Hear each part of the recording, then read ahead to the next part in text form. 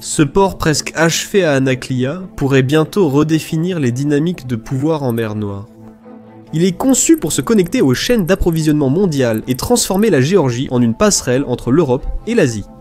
Mais à seulement 1 heure de navigation le long de la côte, la Russie prépare sa contre-offensive à Otchamtchira, une ville d'Abkhazie où des séparatistes soutenus par la Russie détiennent le pouvoir. Contrairement aux bases de Moscou à Sébastopol et Novorossiysk, Otchamtchira se trouve à une distance plus sûre du champ de bataille ukrainien. Depuis ce point d'observation, la nouvelle base peut surveiller Anaklia, perturber le trafic maritime et projeter son influence à travers la mer Noire. L'OTAN, cependant, ne reste pas inactive. Elle installe méthodiquement de nouvelles infrastructures pour faire de la côte ouest de la mer Noire une forteresse. D'ici 2030, une nouvelle base aérienne près de Constanta, en Roumanie, devrait devenir le principal centre de l'OTAN sur la mer Noire et la plus grande base de ce type en Europe. Coûtant environ 2,5 milliards d'euros, la base est conçue pour accueillir des milliers de soldats, des avions de pointe et des systèmes de défense antimissiles, transformant ainsi la Roumanie en état de première ligne de l'Alliance. Partout dans la région de la mer Noire, une guerre silencieuse pour le contrôle est en cours. Les ports, routes et chemins de fer sont aussi importants que les flottes et armées. Ces évolutions ont ramené l'influence russe à son plus bas niveau depuis des générations, créant un vide de pouvoir. La mer Noire est la clé de la puissance russe. Elle protège contre les ingérences étrangères, soutient l'influence régionale et sécurise les flux commerciaux. L'énergie est au cœur de cette activité. Le pétrole et les produits pétroliers constituent la majorité des expéditions depuis Novorossiysk, tandis que des pipelines sous-marins transportent le gaz naturel vers la Turquie et ensuite vers le sud-est de l'Europe. L'agriculture ajoute une autre dimension. La majeure partie des céréales, des engrais et d'autres produits de base russe transitent par ces eaux. Et ces dernières années, la mer a accueilli la flotte fantôme de pétroliers non enregistrés de la Russie, un outil utilisé pour contourner les sanctions et maintenir les revenus.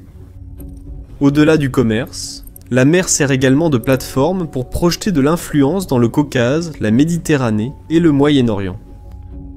Pris dans leur ensemble, la mer Noire représente le cœur de l'énergie, de l'agriculture, de l'évasion des sanctions et de la portée militaire de la Russie. Pour sécuriser cet espace stratégique, le Kremlin cherche à rendre les petits États voisins subordonnés à ses intérêts. La persuasion et la coercition comptent, mais la force reste l'outil le plus fiable. Entre 2008 et 2022, le Kremlin a progressivement renforcé son emprise le long des côtes de la mer Noire, précisément par l'utilisation de la force brute. Après la guerre de 2008 avec la Géorgie, l'Abkhazie a été placée sous contrôle russe. La Crimée a été annexée en 2014, plaçant le bastion naval de Sébastopol fermement sous contrôle russe. En 2022, les forces russes ont pris davantage de littoral ukrainien, le long de la mer d'Azov. Bien que les Ukrainiens aient empêché Moscou de s'emparer de l'ensemble de leur littoral, la Russie a néanmoins étendu son influence.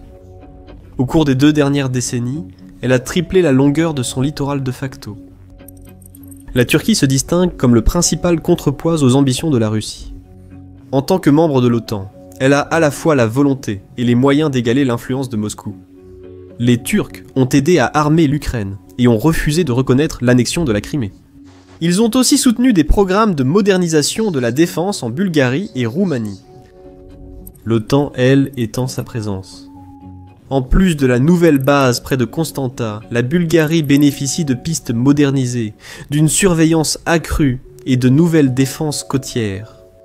Ensemble, ces bases avancées limitent la capacité de Moscou à dominer la région. À tous égards, la mer Noire s'impose comme le point focal de la sécurité eurasiatique. La Géorgie et la Moldavie restent les points faibles régionaux. Cette vulnérabilité s'est renforcée sur le terrain. Des troupes russes sont stationnées dans des enclaves séparatistes dans les 2 pays, donnant ainsi au Kremlin une influence directe sur leur politique. En Géorgie, le parti au pouvoir s'est rapproché de Moscou, stoppant les négociations d'adhésion à l'Union européenne en 2024 et adoptant des lois restreignant la liberté d'expression et de réunion. Nombre de Géorgiens s'y résignent à regret, redoutant qu'un rapprochement avec l'Occident n'entraîne une nouvelle invasion russe. Dans le même temps, en Moldavie, des législateurs pro-occidentaux contrôlent le gouvernement ces dernières années. Mais le Kremlin fait maintenant pression pour influencer les élections parlementaires de 2025 en faveur des partis pro-russes. Pourtant, malgré ces avancées, l'emprise de la Russie est loin d'être absolue. Sa capacité à dicter les résultats s'est considérablement affaiblie depuis 2022. Les conflits et sanctions ont épuisé des ressources autrefois utilisées pour acheter de l'influence régionale. Les frappes de drones et de missiles ont paralysé une grande partie de la flotte de la mer Noire, privant Moscou du contrôle total de la mer, et la fermeture de ces détroits par la Turquie a interdit aux navires de guerre russes d'accéder à la Méditerranée, coupant ainsi une voie essentielle pour la projection de puissance au Moyen-Orient. Vue dans son ensemble, la force de l'Empire a dépassé son apogée, et les voisins sentent l'opportunité. Les revers russes ont eu des répercussions dans toute la région. La Bulgarie, la Géorgie et la Roumanie construisent un câble sous-marin pour contourner la Russie et connecter directement l'énergie renouvelable de l'Azerbaïdjan au réseau électrique européen. Parallèlement, la Roumanie développe ses propres installations gazières offshore en mer Noire, ce qui pourrait bientôt en faire l'un des plus grands producteurs de l'Union européenne. La Turquie évolue dans une direction similaire. La découverte du champ de Sakarya devrait transformer le pays en un important fournisseur d'énergie. Pendant ce temps, en Syrie, la chute d'Al-Assad à la fin de 2024 a forcé la Russie à abandonner la base navale de Tartous, tandis que l'avenir de la base aérienne de Khmeimim reste incertain malgré le contrôle russe qui se poursuit. Pourtant, le revers le plus révélateur était peut-être l'émergence du corridor central.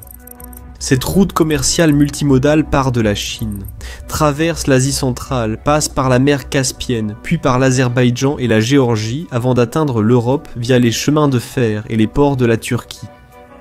Elle réduit le trajet de 7000 km et le temps de transit de 2 mois à 2 semaines, par rapport aux routes traditionnelles. Tout aussi important, elle évite les zones à haut risque et instables comme la Russie, l'Iran et l'Afghanistan et contourne les points d'étranglement tels que le détroit de Malacca. Avant la guerre en Ukraine, plus de 85% du commerce terrestre entre la Chine et l'Europe transitait par la Russie. Avec la perturbation de ces routes, le corridor central est devenu l'alternative principale. La clé de son succès réside dans la mer Caspienne et par extension le Caucase et la mer Noire. Ici, les vents politiques ont considérablement changé ces dernières années, et les projets d'infrastructures se multiplient. Le Kazakhstan a ouvert de nouveaux ports maritimes. L'Azerbaïdjan a construit de nouveaux aéroports. L'Arménie prévoit de construire une nouvelle voie ferrée, et la Géorgie travaille sur son propre port en eau profonde. La Bulgarie a grandi ses terminaux à Burgas et Varna sur la rive ouest de la mer.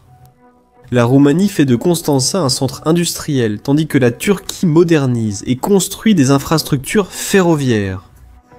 Mais, comme dans une partie d'échecs, chaque mouvement en périphérie est suivi d'une contre-mesure. En Géorgie, le port d'Anaklia est destiné à augmenter la vitesse et la capacité du corridor central. Actuellement, le corridor gère moins de 3 millions de tonnes de marchandises par an, mais avec de nouvelles infrastructures. La Banque mondiale prévoit que ce volume pourrait atteindre 11 millions de tonnes d'ici 2030. La base navale de la Russie à Otchamtchira est conçue pour saper ce projet, tandis que sa mainmise sur l'Abkhazie et l'Ossétie du Sud rappelle à Tbilissi que se tourner vers l'ouest risque de raviver le conflit. En revanche, ailleurs dans le Caucase, la Russie a en réalité perdu de l'influence. En 2023, l'Azerbaïdjan a expulsé les séparatistes et les forces de paix russes de son territoire. Plus tard, en août 2025, l'Arménie et l'Azerbaïdjan ont signé une déclaration visant à normaliser leurs relations. Fait intéressant, l'accord a été signé à Washington plutôt qu'à Moscou. Un signe clair de l'influence diminuée de la Russie dans le Caucase du Sud. Cet accord révélait également une ambition plus grande.